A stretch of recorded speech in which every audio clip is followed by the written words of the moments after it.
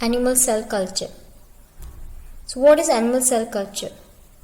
Basically, it is the process through which the cells or tissues are grown in a controlled artificial in vitro environment, and this whole process is known as animal cell culture. So for this, we need to isolate the cells or tissues from the experimental model organism such as mouse or host such as human. For example, if we want to isolate the liver cell or kidney cell from the host such as human, so we adopt two methods, that is mechanical method or otherwise enzymatic method. In mechanical method, what we do is we grind the organ of the experimental model organism in the mortar and pestle. And in enzymatic method, what we do is we use the enzymes such as trypsinase or collagenase to isolate the cell or tissues from the experimental model organism. So these are the various examples on which we do the cell culture. For example, the fibroblast, epithelial cells, lymphocytes, kidney, liver, and there is a long list. Now, if we talk about the father of animal cell culture, that is Ross Harrison. In 1907, he was responsible for the discovery of animal cell culture. And how the animal cell culture gained the popularity in the field of animal biotechnology? So basically, there were the three discoveries responsible for this thing. Number one, the development of antibiotics. Other one is use of trypsin in animal cell culture. And the most important third thing, the development of chemically defined media, of course, to grow the cells. So these were the three discoveries through which the animal cell culture gained popularity in the field of animal biotech. Now, before proceeding further in the animal cell culture, we need to remember certain terminologies. For example, there is clone. Clone is basically the genetically and morphologically identical individuals. And there is another definition of clone. You can say a population that is derived from a single cell, that is known as clone. Now, what is primary culture? For example, if I take the example of bacteria. For example, if you need to culture the bacteria that has been isolated from the samples such as water, air or soil. So what we do is you inoculate the sample of soil in the media, for example such as nutrient agar, and then you incubate it. So what you got is the colonies, the layer of colonies on the media, that is on the Petri plate. So that is known as the culturing of bacterial colonies found in the soil sample. In the same way, we do in the animal cell culture. In the same way, the primary culture is being done, and after that the colonies or the cells from the primary culture is inoculated again in the fresh media in another fresh Petri plate, and this culturing is known as secondary culturing, and the culture we got is secondary culture. And in the same way, we proceed further with the tertiary culturing, and this process goes on and on. And this whole series from primary culture, the secondary culture to the tertiary culture and the further culturing, and this whole series is known as subculturing. And how many times we have done the subculturing is known as passage numbers. Passage number is basically nothing. There is number of successive subculturing is known as passage number.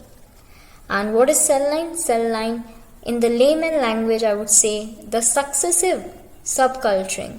Successive means the continuous. The continuous subculturing means cell line. And when we do the culturing, then we get the layer of the cells or colonies on above the media, and that layer is known as monolayer. And formation of that monolayer is known as confluency. So whenever you see the term confluency, you will know that it is the formation of monolayer. Now we will be proceeding further with the types of animal cell culture.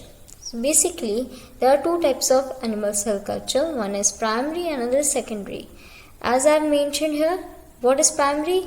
Suppose there is a host, and host has an organ, and in organ it has tissues, and in tissue there is cell. For example, we need to culture the cell of the for example, if we want to culture the epithelial cell of the human, so what we will do is we enzymatically treat the tissue, a particular tissue, epithelial tissue, and we isolate the cell from it, and then we culture that cell, and that process is known as primary cell culturing. And the primary cell culturing is of two types. One is adherent and another is non-adherent. As the name suggests, adherent means it needs to be sticked or fixed on something. So in order to fix, we need a support, we need anchorage. So it is known as anchorage dependent. And for support, we need a solid media, and for solid media we will be using agar media. So adherent cell culture is also known as anchorage dependent cell culture, and it gives the finite cell line. Finite means that is non-continuous. It has some end.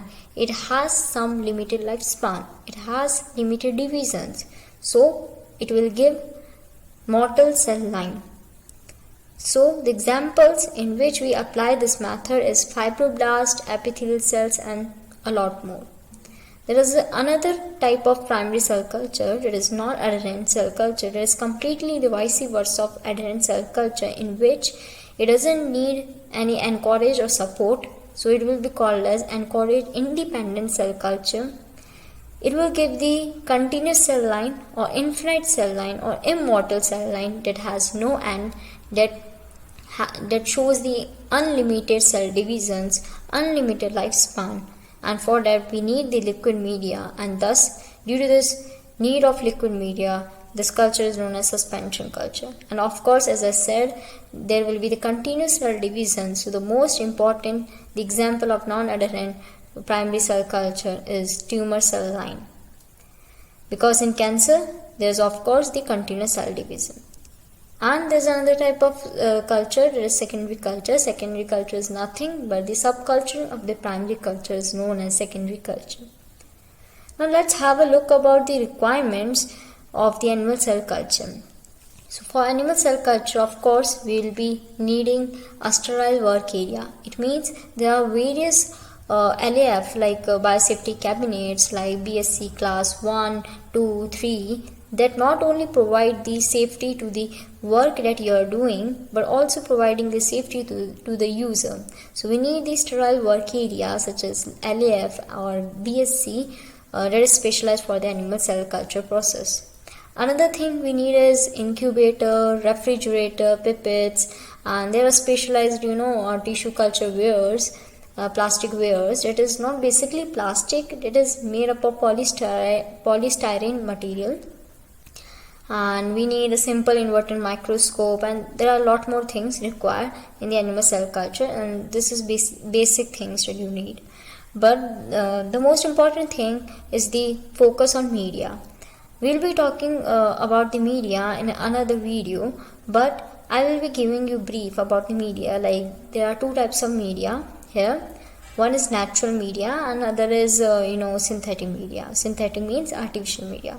So the composition of natural media is basic, like the coagulants, the plasma clots, or biological fluids. In biological fluids there may be serum, amniotic fluid, as you all must be aware of what is amniotic fluid.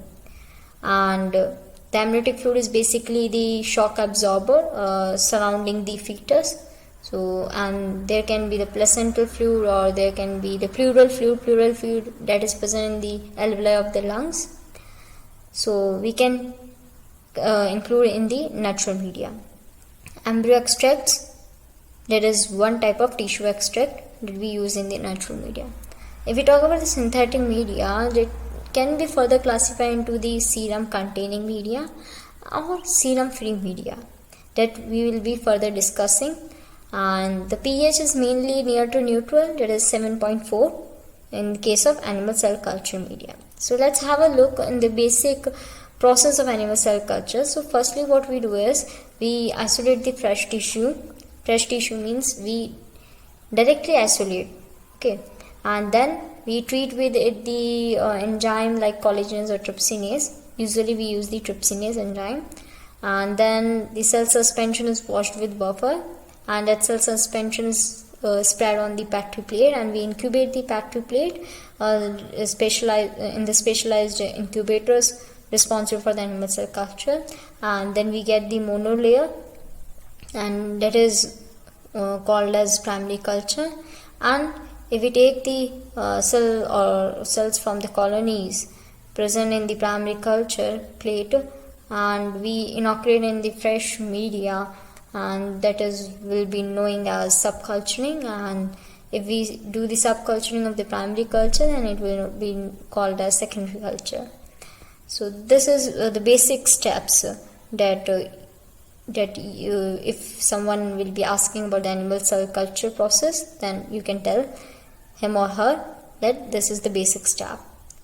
So nothing, the fresh tissue isolation, trypsinase treatment, and the cell suspension spread on the Petri plate, and then incubation is done, and then monolayer will be formed, and after subculturing we will get the secondary culture. So let's have a look on some few advantages or disadvantages of animal cell culture. So of course, as I mentioned, there was a term clone. So homogeneity is possible, we can get the clones. The cell lines, it means we can scale up the process, and absolute control of environment, as I already mentioned in the definition of animal cell culture, that we do the whole process in vitro in a controlled and monitored environment. So these are the basic advantages of animal cell culture. And if we talk about the disadvantages, so the most important disadvantages is the contamination. No doubt we are working in the LAF or BSc, but the animal cell culture is most prone to mycoplasmal contamination. The morphology of mycoplasma is basically a fried egg-like structure, so you can visualize under the microscope like whether there is mycoplasma contam or not.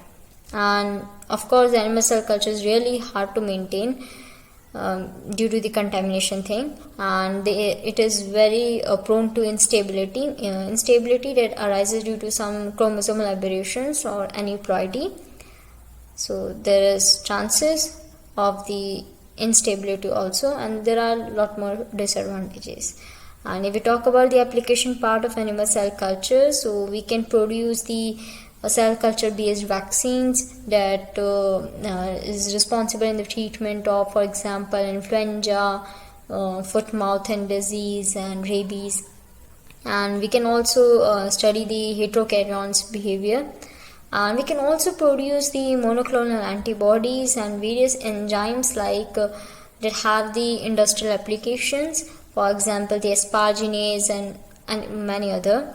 We can also produce the hormones like luteinizing hormone LH and FSH, follicular stimulating hormone, and many other hormones.